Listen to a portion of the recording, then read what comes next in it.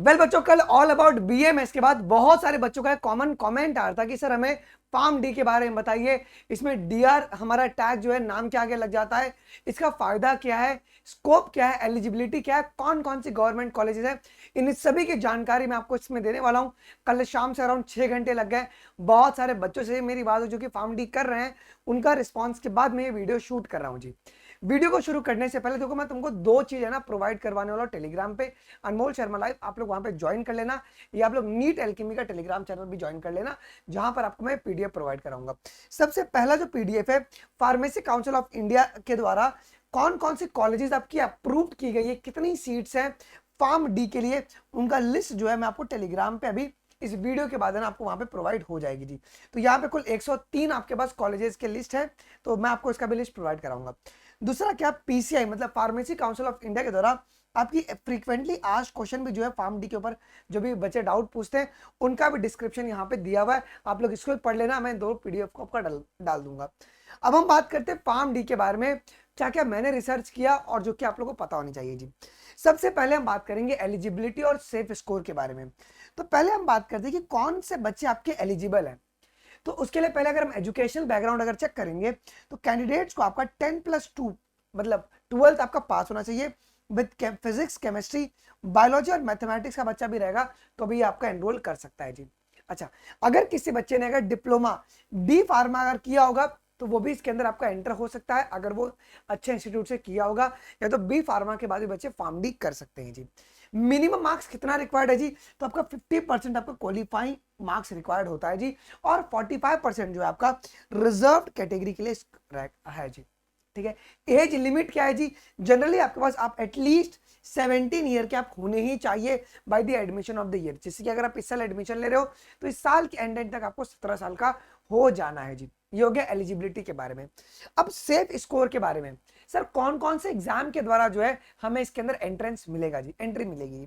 पहला आप लोग एंट्रेंस एग्जाम के द्वारा जा सकते हैं जी। तो फार्म डी में ना अगर कोई तुमसे बोले कि तुम बिना एंट्रेंस एग्जाम के कोई एडमिशन नहीं ला रहा है, एडमिशन मत लेना जी। फार्म डी के लिए आपको एंट्रेंस एग्जाम लगते ही लगते हैं। देखो, आपका यहाँ पे नीट का स्कोर भी लग सकता है, या तो जीपी पेट इसका एग्जाम, या तो स्टेट लेवल पे जो सीईटी होती है, जैसे कि महाराष्ट्र में MHCET okay, common entrance test, इसके द्वारा स्टेट सीईटी के द्वारा भी आपके पास एडमिशन फार्म डी में होता है। अगर आप स्टेट में एडमिशन लेना चाहते हैं तो आप जरूर से अपनी स्टेट का आप लोग एग्जाम जरूर से दीजिएगा जी। ठीक है, नीट में अगर हम देखेंगे तो जो मैक्सिमम जो अच्छा स्कोर देखा गया है वो 500 अगर मार्क्स आपके इसके ऊपर है तो फार्म डी में आपको सरकारी कॉलेज में आराम से एडमिशन हो जाएगा जी। और जीपैट का स्कोर आपका 150 प्लस आपका होना ही चाहिए, ये बी फार्मा वाले बच्चों के लिए होता है जी। ठीक है, कि ये बात हो गई। अब हम बात करेंगे गवर्नमेंट कॉलेजेस के बारे में। तो ये जो लिस्ट है आपका, इसमें से सबसे बेस्ट जो है national institute of pharmaceutical education and research. ठीक है, ये आपका बहुत जगह पर है जी, मोहाली में है, हैदराबाद, अहमदाबाद, बहुत जगह पर है जी।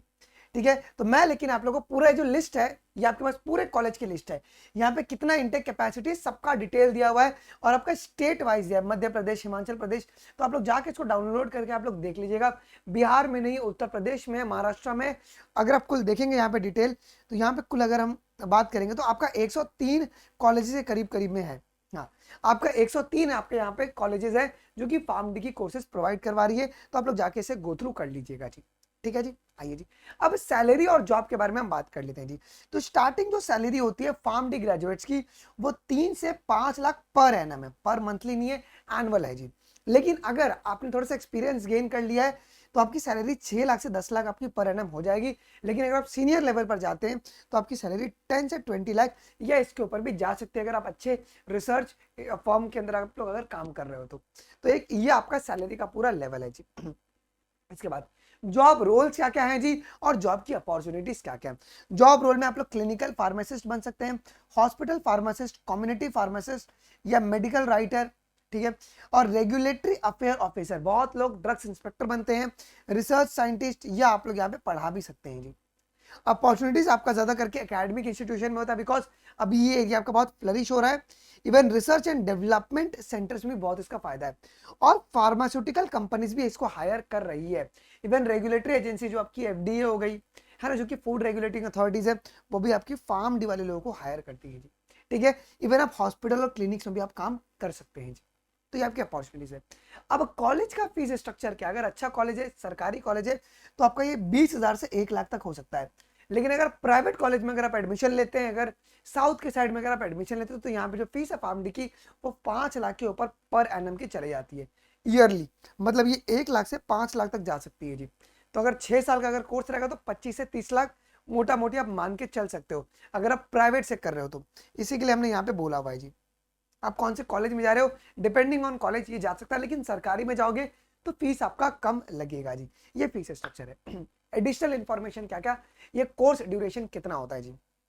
तो जो फार्म डी है आपका 6 साल का प्रोग्राम है। कितना, ये 6 साल का आपका प्रोग्राम है, जिसमें से 5 साल आपको पढ़ाई करना है, एकेडमिक स्टडी करना है, और 1 ईयर का आपको कंपलसरी इंटर्नशिप करना ही पड़ेगा जी। इसमें कौन कौन सा सब्जेक्ट आप लोग पढ़ते हो जी, फार्मेकोलॉजी हो गया, ओके, फार्मास्यूटिक्स हो गया, medical chemistry, clinical pharmacy, pharmacy practice, और बहुत सारे सब्जेक्ट आप लोग यहाँ पे पढ़ते हैं जी। इसका स्कोप जो है ज्यादा करके आपका क्लिनिकली और नॉन क्लिनिकल ब्रांच दोनों जगह पर आपको देखने को मिलेगा, और फ्यूचर में इसका हेल्थ सेक्टर में आपका बहुत ही इंपॉर्टेंट रोल है जी।